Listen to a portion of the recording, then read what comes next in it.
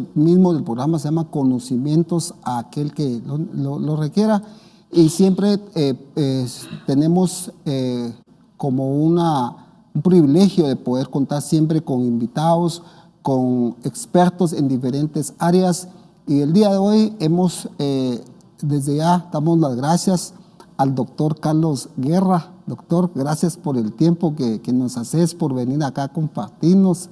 Y voy a hablar brevemente del doctor. Le damos la bienvenida al doctor Carlos Roberto Guerra. Es gastroenterólogo y tiene pues mucho de qué contarnos hoy.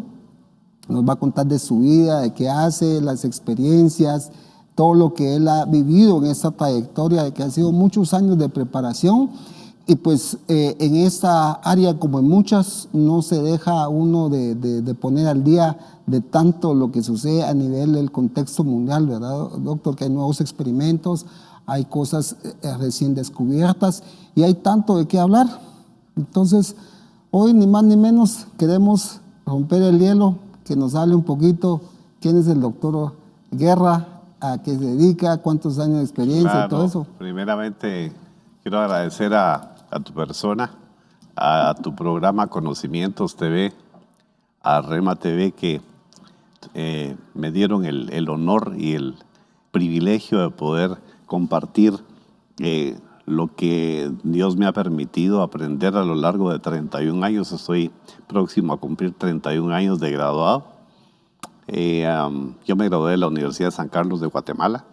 Tengo 56 años de edad y tuve la oportunidad y la bendición de formarme en el extranjero como gastroenterólogo y endoscopista. Estuve 3 años en el extranjero. Ya cuando volví en el año 2001, pues prácticamente me dediqué a la práctica mixta, tanto en la práctica privada como en la institucional. Como te decía, fuera de cámaras, el hecho de haber estado en varios hospitales, pero en el que más permanecí fue en el Centro Médico Militar. Estuve poco más de 18 años. De los 18, 3 estuve en el extranjero y el resto, obviamente, mi formación fue en aquel hospital.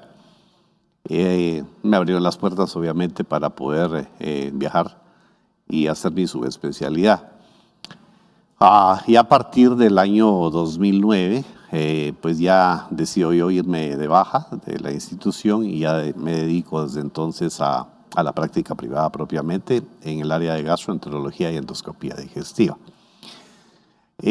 Realmente cuando uno se circunscribe a un tema o una subespecialidad como lo es la mía, comete a veces uno no error, sino digamos el distanciamiento, si uno lo quisiera ver así, dejar de ver otro tipo de patologías que no forman parte del pool de patologías, de enfermedades que estamos acostumbrados a trabajar nosotros a lo diario, ¿no? Entonces, pero sin embargo, yo creo que en medio de todo este tema, el cual estamos viviendo ya a partir del año pasado, ya uno ve la necesidad de irse por lo menos informando de otros temas, porque definitivamente son patologías como el caso del COVID-19, tiene un involucramiento no solamente del aparato respiratorio propiamente dicho, ¿ya? Definitivamente hay otros órganos y sistemas que se ven comprometidos en las personas que lo padecen, desafortunadamente los que lo padecen con algún grado de complicación. De tal manera que no es mi expertise realmente el tema, sin embargo, como te decía al inicio, uno lo que pretende es ir tomando temas que están fuera de la subespecialidad de uno, porque en determinado momento uno tiene que tener la habilidad o el conocimiento mínimo de detectar alguna otra patología, ya sea del sistema nervioso central, cardiovascular, endocrinológico, neumológico, y tiene que tener uno por lo menos la fase y la base para poder detectar y en cierto momento ya hacer la interconsulta cuando uno lo considere necesario. Yo a un paciente realmente que es parte de mi ejercicio y así me formé y doy gracias a mis maestros, teníamos que ver a nuestros pacientes como un todo, ¿me entiendes? No solamente para la parte gastrointestinal, en mi caso, por ejemplo, no tendríamos que tener un abanico abierto para poder nosotros empezar a identificar otras patologías que podían estar en su momento vinculadas al cuadro del paciente, ¿no? Porque se cometería tal vez errores en no querer uno abarcar, por ejemplo, una impresión clínica, no un diagnóstico, una impresión clínica en determinado cuadro clínico, y en el momento en que uno se acerca y hace digamos, el abordaje del caso, entonces ya uno involucra a la subespecialidad correspondiente. Entonces, lo veo yo como que los médicos tenemos una misión actual, ante todo se maneja mucho actualmente, en ser muy selectivos en ciertos campos de la medicina, porque aún dentro de las subespecialidades como la mía, hay personas, por ejemplo, que solo se dedican a patología de esófago, otras solamente se dedican a páncreas y otras solamente a colon, por ponerte un ejemplo. Y no está mal, porque verdaderamente a mí me gustaría que si yo algún día, el Señor no lo quiera, pues padezco solamente de una patología pancreática, que el experto que está viendo todos los días la enfermedad pancreática se involucre en mi manejo. Pero eso no exime a que él tenga un conocimiento vasto y amplio del resto de la subespecialidad. Entonces yo creo que nosotros tenemos el compromiso, ante todo ético, moral, para con nuestros pacientes, en tener un conocimiento, como te decía, general de otro tipo de entidades patológicas, ¿verdad? Gracias, excelente, bien extensa la explicación del doctor Guerra, y vamos a invitarlos desde ya que nos escriban siempre, como hacemos la invitación, que nos hagan ya sus preguntas, sus aportaciones e incluso sus aportaciones y comentarios. Pero vamos a ir a una primera pausa y al regresar vamos a entrar ya con un segmento de preguntas que ya nos están ingresando a la redacción.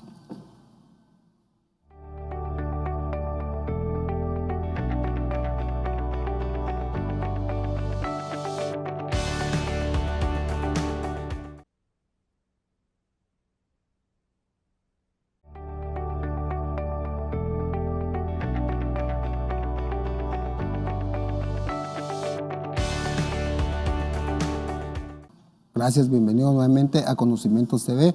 Estamos conversando con el doctor Carlos Guerra. Él es gastroenterólogo y una extensa introducción a lo que es el área que él maneja, y nos ha compartido el hecho de que pues definitivamente actualmente pues el poder conocer a un paciente, el poder extenderse un poquito más allá de no solamente un área, sino que poder también hacer el esfuerzo de poder hacer un poquito más grande el abanico, nos enriquece mucho al poder conocer un paciente, lo que nos decía el doctor.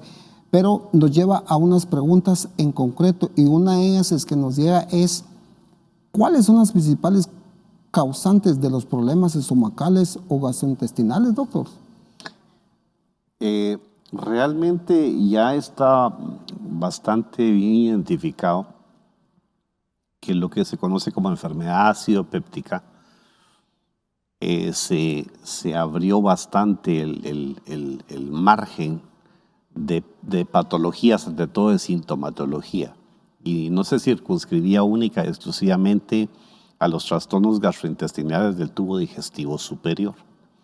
Hablemos de sintomatología como el reflujo gastroesofágico, la enfermedad ácido péptica, que da ciertas características sintomatológicas, una sensación de ardor, dolor hacia el centro en la región epigástrica, lo que las personas conocen como boca del estómago, o un dolor un poquitito más hacia el centro en la región periumbilical, lo cual ya ubica uno ciertas estructuras anatómicas como puede ser duodeno. Y van involucrando también algunas entidades que tienden a ir más allá del tubo digestivo superior, que es el que se conoce prácticamente de la boca al ángulo de Treitz. Todo lo que está por debajo del ángulo de Treitz es el intestino medio y tenemos la porción más distal del intestino que es el colon. De tal manera que los trastornos netamente funcionales, las manifestaciones y los criterios que actualmente manejamos involucra sintomatología tanto del tracto digestivo superior como inferior. Y entonces la gastroenterología ha ido creciendo bastante. Está la neurogastroenterología, que ya es una rama de la gastroenterología, la cual tiene estudios sumamente interesantes, en las cuales ya denota, digamos, una conexión entre el cerebro y propiamente que tenemos dentro de nuestra cavidad craneana y lo que es el cerebro intestinal. Es increíble cómo hay marcapasos no solamente a nivel de lo que es la cámara cardíaca, sino que también tenemos marcapasos en el intestino.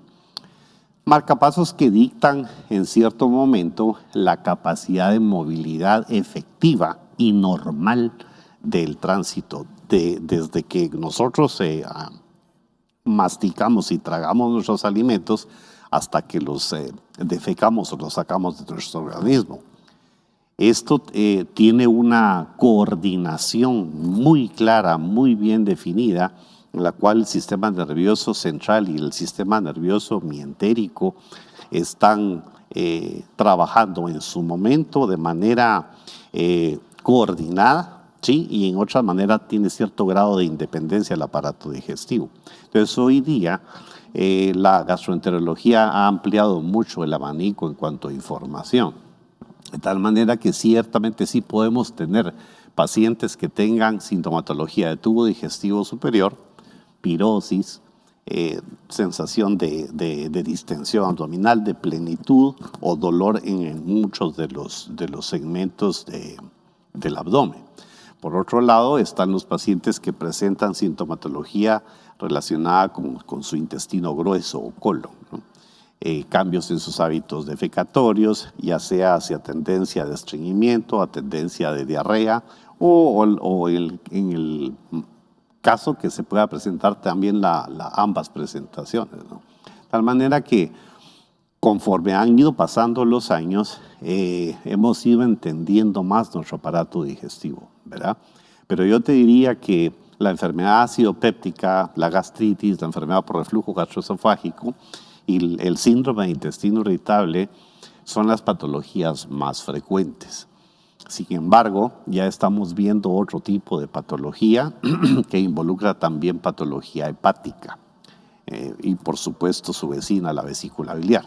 Es muy común. Enfermedades pancreáticas también. Están los campos, obviamente, que obedecen a procesos netamente inflamatorios del aparato digestivo, como lo puede ser la gastritis, un proceso ulceroso, la enfermedad inflamatoria intestinal, por otro lado, y están los procesos ligados a neoplasias o cánceres del tubo digestivo, ¿no?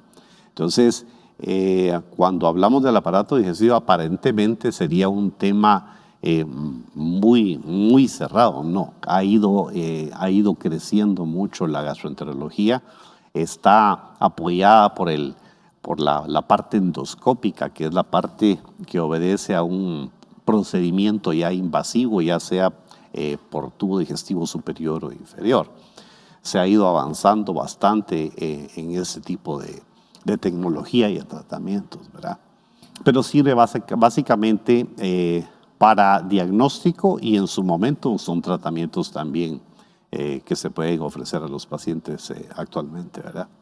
Gracias, doctor. Interesante lo que tú me compartes porque realmente muchos tenemos como que la costumbre de lo que más frecuentemente se da y lo que comúnmente se conoce, ¿verdad? Como una gastritis común y todo, pero con lo que entiendo es que cada vez se ha ido extendiendo más el estudio y conforme a eso se va entendiendo muchos nuevos orígenes o qué realmente ocasiona algo específico, ¿verdad? Que lo que se creía anteriormente. Entonces, pero hay más preguntas que nos están ingresando y desde ya te pedimos que nos escriban, nos compartas. Estamos con el doctor Carlos Guerra, es interesante la plática. Te invitamos a que seas partícipe de ello y nos puedes escribir a nuestros números que ponemos a tu disposición y en las plataformas de las diferentes redes sociales que como siempre nos sigues, y desde ya te pedimos que no te vayas, que al regresar hay otras preguntas ya en camino, en producción, que las vamos a plantear al doctor Carlos Guerra. No te apartes.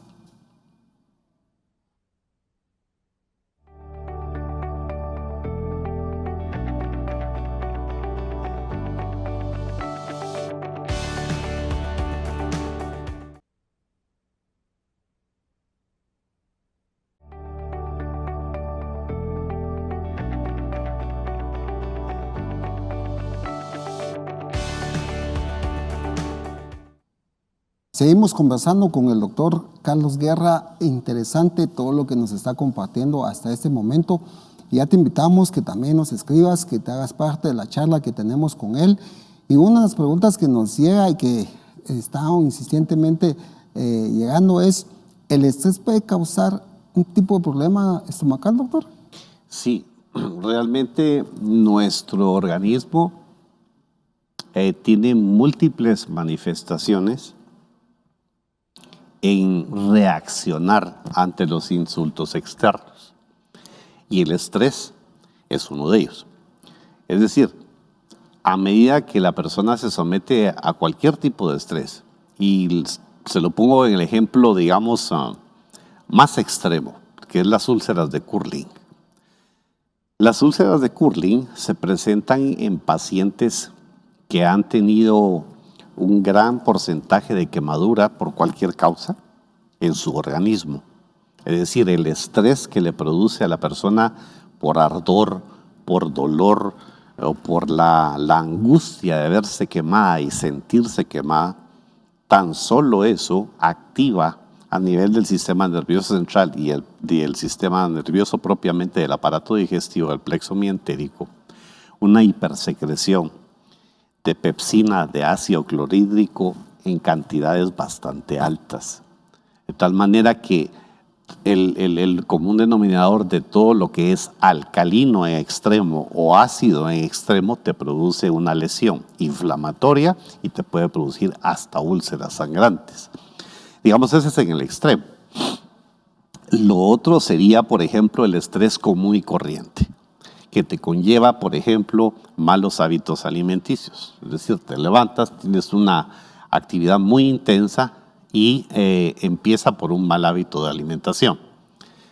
Hay más tensión y eso te incrementa la respuesta a tu organismo a cierto patrón hormonal y que liberan sustancias al aparato digestivo que te estimulan la producción de ácido. Por ende, hay mayor posibilidad de que en el caso del estómago y el caso del duodeno puedan caer en algún grado de inflamación. Esa es la manera, digamos, a grosso modo, la manera como se produce.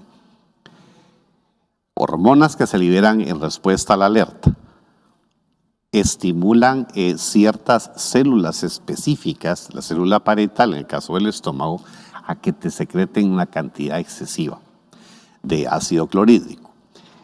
Si por eso la cantidad de bicarbonato de sodio que también se produce en el estómago como tal no es una calidad de bicarbonato suficiente, el bicarbonato de sodio que se produce en el estómago y el moco que naturalmente produce tu organismo es insuficiente para defender contra esa alta demanda y producción de ácido. Entonces viene la agresión directamente al epitelio del estómago. Esa es una. La otra son gérmenes, por ejemplo, Helicobacter pylori. Desde hace ya muchos años, de 1982, que ya se descubre este germen que está siendo un factor bastante, no deja de ser latente, de ser productor de cierto grado de lesión, la gastritis folicular, la úlcera péptica, tanto la gástrica como la duodenal, en la fisiopatología de la enfermedad acidopéptica, hasta producir un tumor que se llama maltoma. En el caso de Helicobacter, ciertos tipos de Helicobacter tienen más predisposición a padecer. Tal manera que la causalidad, la etiología es diversa, pero al final de cuentas el daño hacia el epitelio es el mismo. Puede ser procesos inflamatorios desde leves, moderados, hasta muy severos, hasta procesos erosivos o ulcerosos, ¿verdad? Entonces, de eso va a depender también el factor de respuesta de parte de la persona que lo padece, ¿verdad? La intensidad de la manifestación clínica, de lo que, la intensidad de dolor que manifieste, por supuesto que tiene que ver mucho el umbral de dolor de la persona, ¿verdad? Porque para ti puede ser un dolor muy leve, pero para mí me está matando el dolor, ¿no? Entonces es muy subjetivo, el dolor es muy subjetivo en cuanto a la manera como se presenta y cómo la persona lo expresa, ¿verdad? Pero realmente espero contestar a esa pregunta. Totalmente, y eso también nos lleva a otra pregunta, y es que también hay una de las cosas que como que los que nos están viendo como que siempre lo quieren relacionar, y no sé, la respuesta la tendría el doctor, y es que lo otro es que definitivamente ya lo comentaste tú, que decías que la alimentación es un factor determinante, ¿verdad? Si no está esa calidad de funcionalidad del estómago, agregado a eso una mala alimentación, por supuesto que eso va a agravar el problema, ¿verdad? Porque aquí me pregunta, y la alimentación es básica para el buen desempeño de nuestro organismo y evita todas las complicaciones estomacales. Por supuesto que sí sería así, ¿verdad, doctor? Sí, digamos, sí hay estudios que son bastante minuciosos, que estudian, digamos, el grado de alcalinidad o acidificación de los alimentos. Porque todo se maneja en son del grado de alcalinidad y acidificación. Entre más ácido, más posibilidad de inflamación. Entre más alcalino, más posibilidad de daño tisular, de proceso inflamatorio como tal. De tal manera que, por ejemplo, las personas que consultan conmigo me dicen, mire, y me permite consumir cítricos, y le acabo de diagnosticar tal vez una esofagitis por reflujo, o una úlcera péptica, o una gastritis erosiva.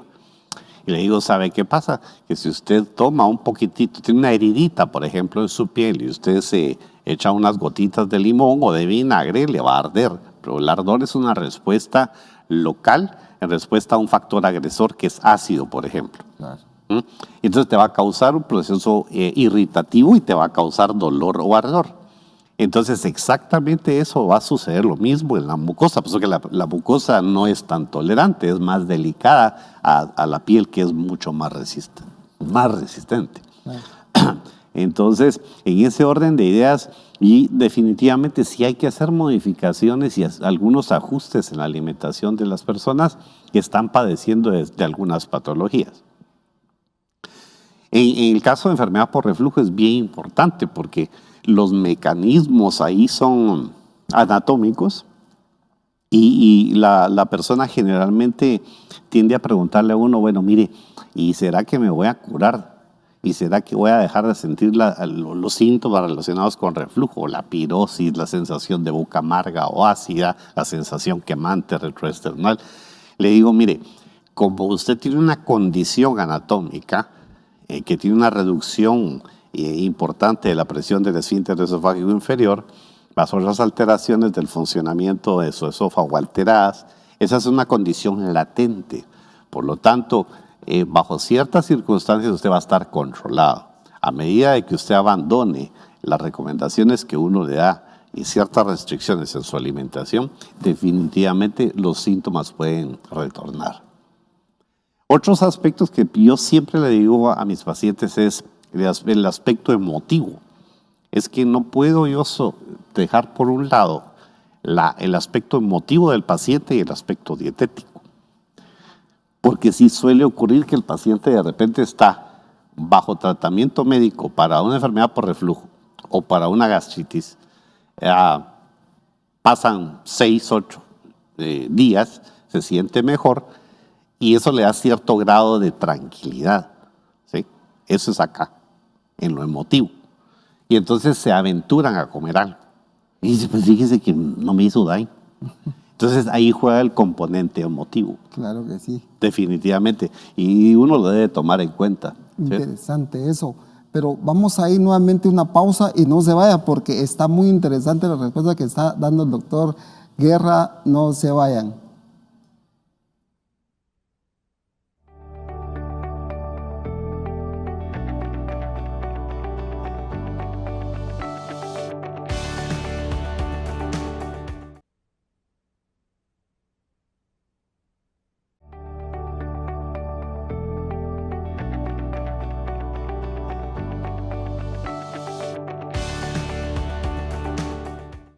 Está usted sintonizando Conocimientos TV, estamos conversando un tema muy interesante y siguen llegando preguntas y te invitamos a que tú también nos hagas llegar las tuyas, tus inquietudes, tus aportaciones.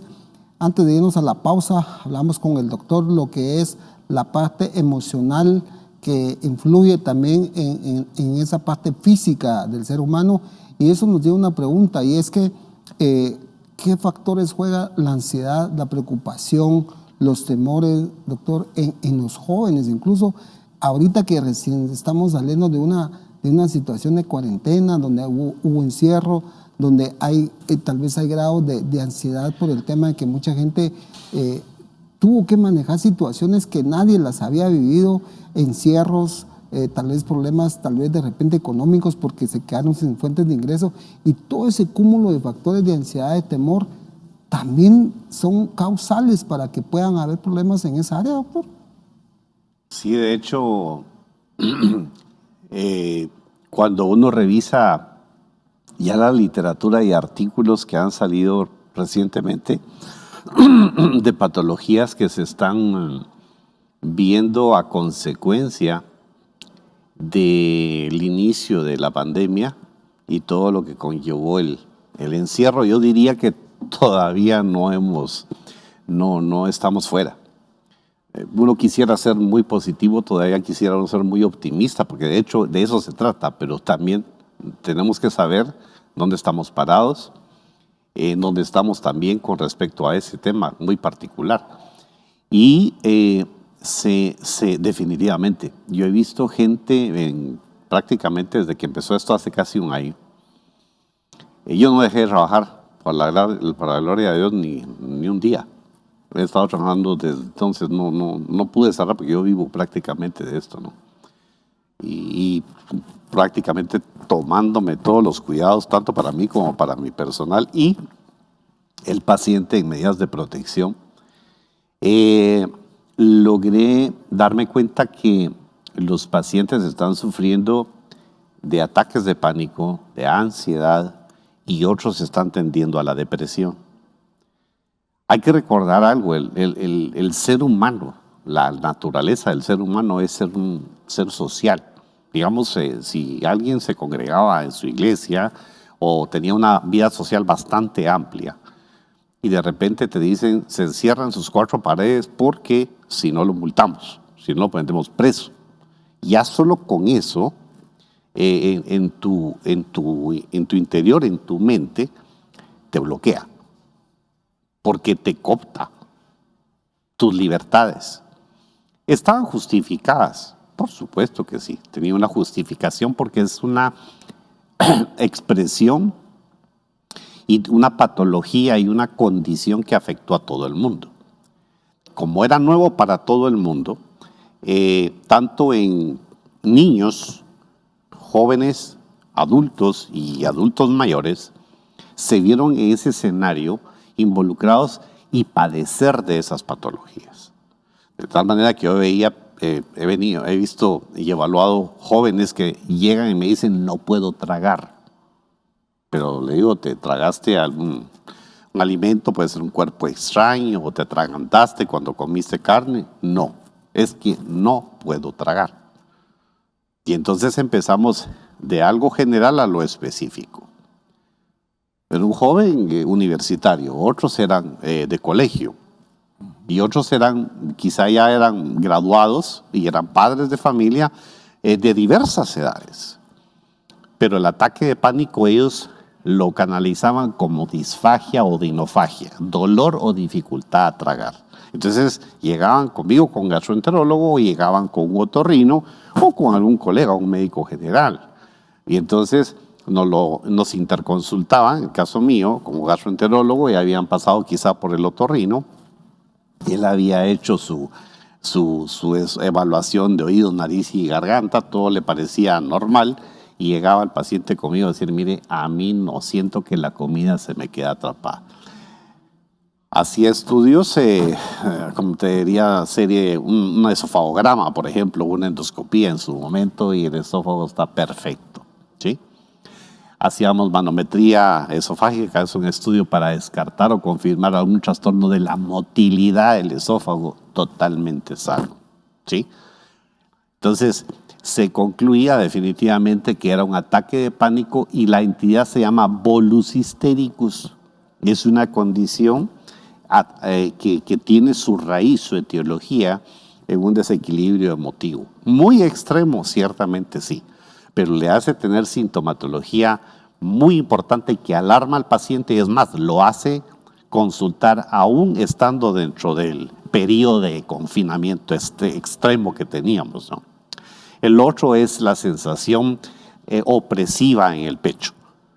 Claro, si le da a un joven de 15, 18 años, le dices, no, pues eso no es eso, ¿no? Puede tener cardiopatía coronaria, sí la puede tener. Puede tener un espasmo coronariano un joven, sí lo puede tener.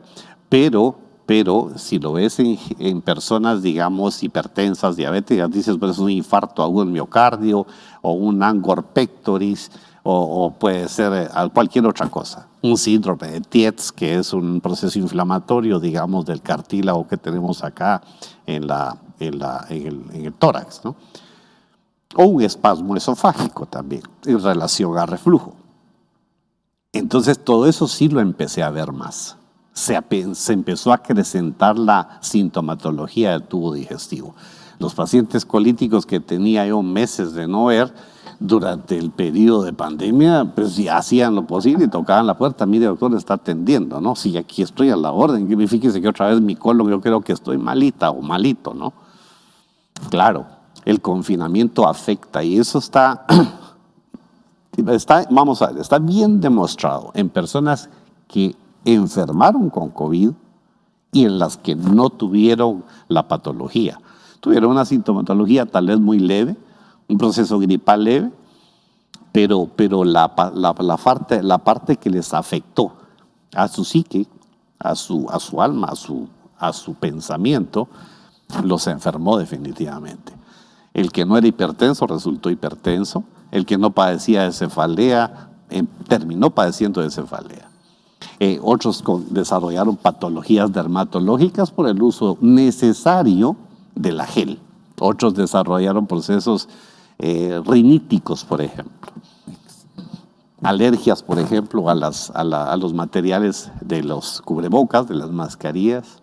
En fin, todo eso que parecía ser nuevo tiene su etiología, tiene su origen muy claro, ¿sí? El confinamiento enferma. Totalmente interesante todo lo que estamos platicando con el doctor, pero te sigo invitando para que nos escribas, nos hagas ya tus preguntas, tus inquietudes y tus aportaciones a las diferentes plataformas que ponemos a tu disposición, y el número de teléfono que está también ahí. Al finalizar también el último bloque vamos a poner el número de teléfono y los contactos del doctor para que tú puedas tal vez hacerle una consulta directamente personal a él. Lo vamos a hacer, pero no te apartes porque hay preguntas por demás interesantes que todavía falta conversar con el doctor.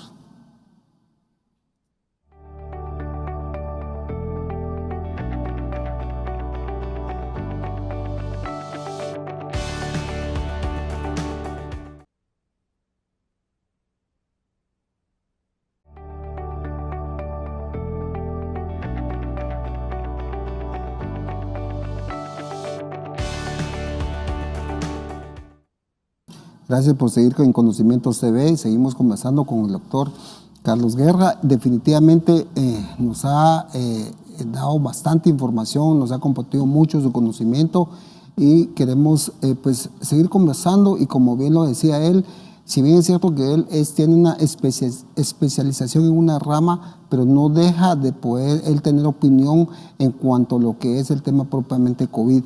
Y COVID para nosotros también es un tema, como él me manifestaba detrás de cámaras, es interesante, incluso eso se trae información de mucho tiempo atrás que él está investigando, estaba viendo, y también queremos su opinión con respecto a eso. Muchas cosas que hablar del tema de COVID, pero cosas muy puntuales y generales que nos pueda compartir es como, por ejemplo, ¿qué avances ha habido con respecto a COVID, doctor? El tema famoso de vacunas, ¿qué efectos realmente trae? ¿Qué efectos colaterales puede tener? Que nos puede ilustrar un poquito de eso. Tú que has estado investigando, incluso hace poco me compartiste que tuviste más información sobre eso, para que nos puedas ilustrar realmente cuál es el contexto general con respecto a eso. Sí, gracias. Realmente tengo que ser honesto. No es mi expertise. Tampoco no creo estar cometiendo ningún delito en hablar de una patología que pues muchas personas también, por su anhelo, que no siendo médicos, empiezan a investigar, por lo menos a saber de qué se trata el tema COVID, ¿no? La doctora Jung Almeida fue una viróloga del Reino Unido que lo descubrió hacia 1964. Una mujer brillante, lo descubre prácticamente como ocurre en la mayoría de descubrimientos, por accidente. Ella fue invitada a participar en un hospital de Ontario, ahí en Canadá, un hospital que se dedicaba únicamente a cáncer. Ya el desarrollo del microscopio electrónico había avanzado bastante, a pesar de que eso ya fue hace más de 50 años. Una mujer muy inteligente y tenía jefes, que ella descubre este virus, del cual ya hay cerca de 39 digamos, subtipos ya identificados. No están estudiados plenamente todos, pero por lo menos están los más conocidos, que eran los que, digamos, desde que nos formamos nos enseñaron de que el coronavirus era responsable, de todos los del grupo A, de la gripe que no complicaba, ¿vale? La gripe común y corriente. Luego, conforme se fue avanzando en el tiempo, se empezó a tipificar y a clasificar otros tipos de coronavirus, ante todo, ¿no? Desafortunadamente, los del grupo B son los que tienen la particularidad de desarrollar un proceso infeccioso de tipo viral, como es, y tiene la posibilidad de desarrollar cierto tipo de complicaciones que no se circunscriben única y exclusivamente al aparato respiratorio, ni superior ni inferior. Trasciende a otro tipo de órganos por la manera como la agresividad del virus funciona, ¿sí? Entonces, se empezaron a conocer los virus, ya se tuvo el primer encuentro de una epidemia, digamos que era el SARS, y en 2002, y luego vino otra ya por ahí por 2012 en Medio Oriente, que es el MERS, que también era un coronavirus de otro tipo de coronavirus, no como el COVID-2, ¿no? Pero igualmente dejó una huella regional quizá, pero esta sí fue mucho más allá. Fue mucho más allá porque las implicaciones y las repercusiones sobre los pacientes que desafortunadamente llegaban a tener un fallo respiratorio agudo, un síndrome de insuficiencia respiratorio agudo en cuestión de horas o en cuestión de días, empezaron a tener documentación los colegas que estaban al frente del manejo, que estaban en primera línea, a ver que tenían implicaciones en sistema nervioso central, en riñones, en piel, en hígado, en vasos, el aparato digestivo en general. Y el tipo de lesión, el tipo de secuela que iban dejando hasta ahorita la están empezando a entender, porque desafortunadamente cuando ves ese tipo de estadística tan alarmante, porque alarma, ¿no? Alarma. El número de fallecidos es exageradamente alto. Y el número de personas que enfermaron, ya sea que hayan tenido, digamos, la presentación clínica leve o los que llegaron no llegaron a ventilación, pero llegaron a ser oxígeno dependientes temporal, definitivamente empezó a sacar, como decimos, los dientes del virus. ¿Qué grado de afección tenía? Tenía también un daño exagerado al endotelio, a todo lo que es el sistema de coagulación. Tiene una capacidad de causar microangiopatías a nivel de todas las venas y arterias, y afecta más que todo a las venas, al endotelio de las venas, y comprometía mucho la hipercoagulabilidad de la sangre. Tenía la capacidad de crear micro o macrotrombos, y entonces eso básicamente a nivel pulmonar, a nivel alveolar propiamente dicho, lo que hacía es un efecto de taponamiento que se ocurría en cuestión de minutos y horas, ¿sí? Y entonces el intercambio gaseoso que se daba a nivel alveolar se veía comprometido de una manera apabullante. Entonces se empezó a aprender sobre la marcha acerca del virus, pero a través de eso empezaron también a aprender cómo tratarlo. Porque al principio hubo mucho problema, que si se utilizaban antiinflamatorios no esteroideos, que si se utilizaban esteroides, que si se utilizaban algún tipo de antiviral, que si la cloroquina, que si utilizábamos algún tipo de medicamento que inicialmente se utilizaba como desparasitante y después de que no. Es decir, se habló de todo. Y cada quien que te hablaba te daba la opinión como que fuera un experto.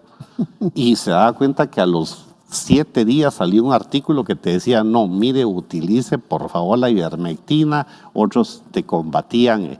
Es decir, se ha ido aprendiendo mucho a fuerza de golpes. Triste. Es muy triste saber que, por ejemplo, en un área de Bérgamo, que es al norte de Italia, se perdió casi una generación de la población.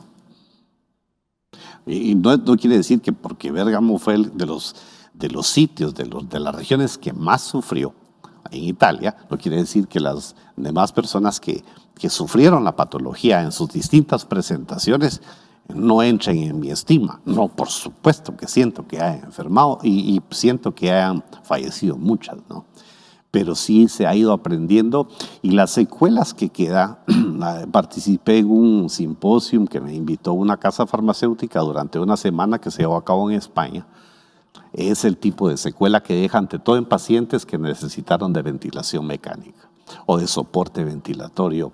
Son secuelas muy importantes en todo punto de vista. Sistema nervioso central, accidentes cerebrovasculares, lo que conocen ustedes como derrames, personas que quedaron parapléjicas de por vida porque se quedaron con infartos cerebrales a consecuencia de la agresividad del proceso inflamatorio tan severo. La respuesta inflamatoria del COVID en personas que complican es tal que compromete mucho el endotelio, también compromete mucho la función de la plaqueta, y esto obviamente conlleva a que el paciente baje su umbral de defensa, hablemos sistema inmune, que se ve comprometido, y lo que lo terminaba de agravar al paciente eran las infecciones nosocomiales que adquiría de bacterias en el hospital. Yo le digo porque el hospital es un foco en donde los gérmenes que se manejan en los hospitales quizá tienen el porcentaje mayor de resistencia a los antibióticos que manejamos en casa. Por ejemplo, si tú tienes una afección de vía respiratoria superior o gastrointestinal, ese antibiótico que utilizas en cierto momento, una cepa que esté dentro de un hospital, que es una infección netamente nosocomial, hacía que la infección sea mucho más grave. ¿no? Interesante. Porque cursaba paralelamente a un proceso viral ya de por sí grave, se coinfectaban con gérmenes bacterianos. Y entonces venía toda la nube de antibióticos altamente efectivos, pero te bajaban tu sistema de defensa, entonces te atacaban hongos. Y las infecciones por hongos está bien descrita como parte de las complicaciones en pacientes que van a ventilación mecánica. Y ahí, como te digo, se abre mucho el abanico de los trastornos que se dieron paralelamente como complicación de la enfermedad. Exacto. ¿Sí? Gracias, doctor. Muy interesante. Vamos a tener que ir a otra pausa, pero al volver ya en las conclusiones finales de lo que es Conocimientos TV.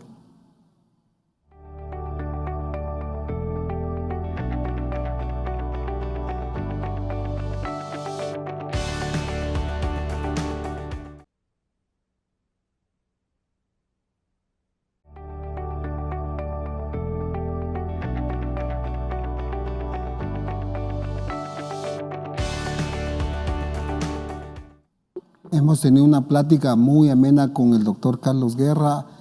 Desde ya estamos invitando para que tú puedas ver ahí cómo contactar al doctor. Ahí vamos a poner en las pantallas cómo poderte contactar con él, porque él ha sido muy interesante todo lo que nos ha aportado. En este último bloque, en esta parte final ya del programa, quisiéramos pedirle al doctor que nos dé algunas recomendaciones generales de todo lo que hemos hablado, conclusiones y todo, y algo que el doctor nazca de ti decir.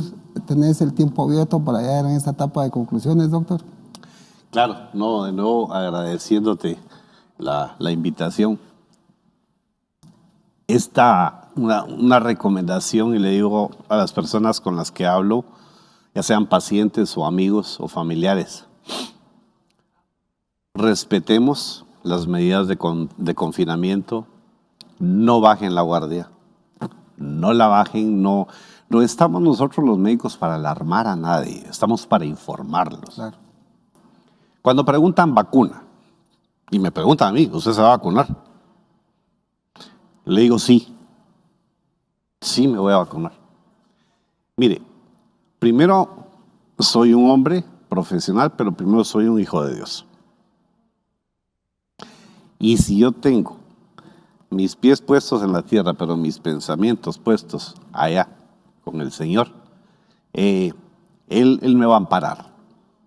A mí y va a amparar a todas las personas que tengan fe y confianza en su palabra. Soy profesional, pero soy un hombre creyente y creyente y amo al Señor. Amo y he aprendido mucho a confiar en Él, y al final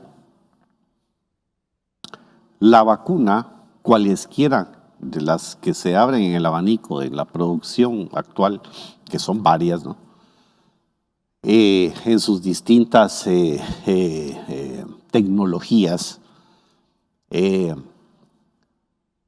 lo que te van a evitar en sí son que tienes contacto con el virus ya estando vacunado, que caigas en un cuadro de insuficiencia respiratoria aguda o una complicación secundaria a COVID.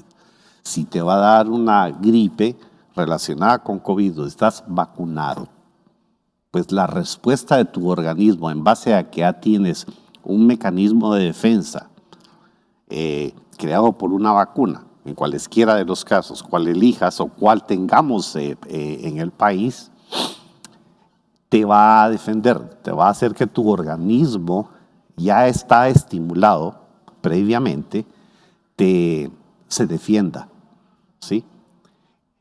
Existe la duda, en cierto momento lo puede pasar a uno como profesional, cuando da miedo y dices ADN, ARN, y se va a incorporar a mi ADN y me va a salir por ahí una situación. Ninguna de las vacunas te lo está garantizando. Si te están diciendo, ok, no se va a incorporar el ARN mensajero, por ejemplo, de las vacunas que usan ese tipo de tecnología, como el uso de la spike, de una fracción de una glicoproteína del coronavirus, cuando utilizan este tipo de tecnología, no es capaz de incorporarse a tu ADN, ¿sí? Hay ciertos pasos que no son poquitos, hay enzimas específicas que no están contenidas en la vacuna, por lo menos que la hayan descrito, que puedan tener incorporación y daño a tu ADN. Sin embargo, lo que molesta en cierto momento, ante todo a uno como profesional, porque uno ya piensa más allá, y eso sí es criticable. Yo lo critico como profesional y yo soy responsable de lo que digo, es que, digamos, eso creó en los fabricantes de las distintas vacunas y en los gobiernos que te están ofreciendo la vacuna, ¿sí? Te están obligando a que firmes una hoja de descargo de responsabilidad. Tú eres abogado. Claro. Y en cierto momento dices, ¿y por qué yo voy a hacer esto? ¿Por qué me voy a morir? Porque no, ellos están cubriendo sus espaldas. Pero si uno realmente tiene la confianza, ahí sí tiene la fe. Tienes que echar a andar tu fe y tu confianza en Dios. Es decir, bueno, vamos para adelante. Realmente lo que se pretende, y esos son datos obviamente que maneja la OMS, la OPS y las instituciones, el CDC, por ejemplo, y ciertas instituciones que son de peso, nos guste o no, ante todo tratándose de la OMS, que lo que pretenden ellos es que se vacune del 65 al 70% de la población mundial. Y ya, eso sí está claro, está escrito. ¿Para qué?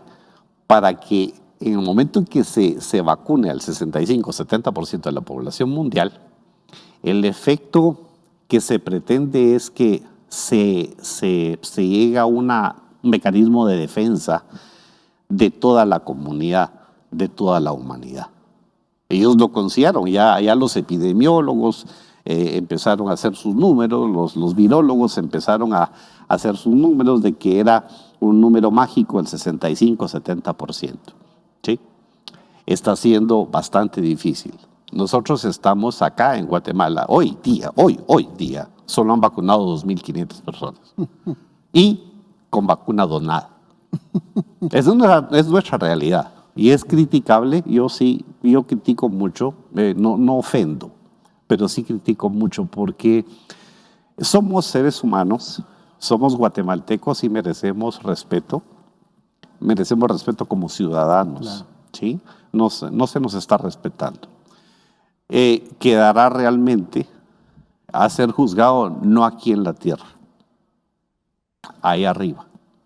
Yo soy responsable de lo que digo, pero yo sí siento en mi corazón, ya como profesional y como hombre que te digo, yo quisiera ya más ver gente enferma por COVID, definitivamente, y que se sienta persuadida y tranquila en ir y acudir a vacunarse cuando la vacuna esté en sus diversas presentaciones disponible, por ejemplo, en la parte privada o ya sea en la parte institucional. ¿Para qué? Para que la gente ya empiece a tener otro tipo de actividad con más libertad.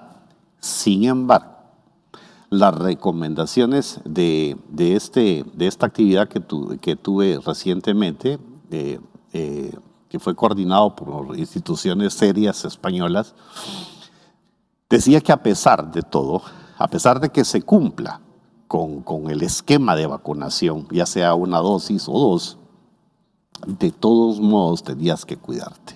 Claro, claro que sí. De todos modos tenías que utilizar distanciamiento, tenías que utilizar tu mascarilla, porque realmente falta mucho por conocer, falta mucho en tratamiento, todavía no está todo escrito.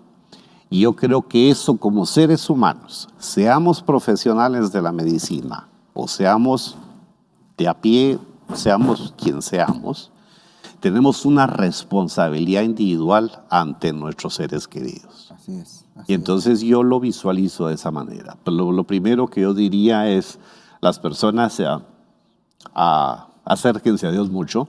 Claro. Estamos viviendo tiempos bastante intensos. no es pesimismo de mi parte. Yo creo que es cuanto más tenemos que estar cerca de Dios para poder soportar y que Él sea verdaderamente nuestra roca sobre la cual pongamos nuestros pies, nuestra fe y nuestra confianza. Excelente.